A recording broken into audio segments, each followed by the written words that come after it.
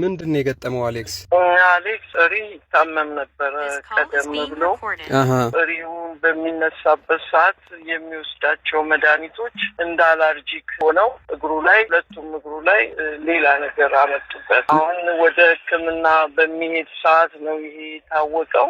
ያንን ደግሞ ሲረዱት የሪሁን መድኃኒት አይሰጥም፣ ይሄ ኢንፌክሽን የፈጠረው ነገር ቅድሚያ መታከም ስላለበት በባለሙያ በራስ ደስታ ሆስፒታል ከግንቦት 10 ጀምሮ አልጋ በመያዝ እየተረዳ ይገኝ ነበረ። ራስ ደስታ ሆስፒታል የአጥንት ስፔሻሊስቶች ያንን ውጤቶች በማየት ሰርጀሪ ግንቦት 14 ተሰራ። በዛ የሚሰጡት መድኃኒት ሊያሽለው ባለመቻሉ ሪሁ እየገነነ መጣ።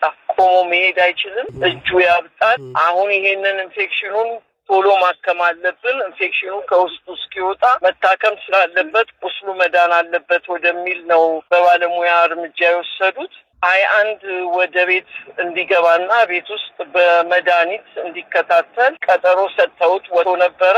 ሪሁ እየባሰ ሲሄድ ትላንት በራስ ደስታ ሆስፒታል በድጋሚ ኢመርጀንሲ በድንገተኛ ገባ።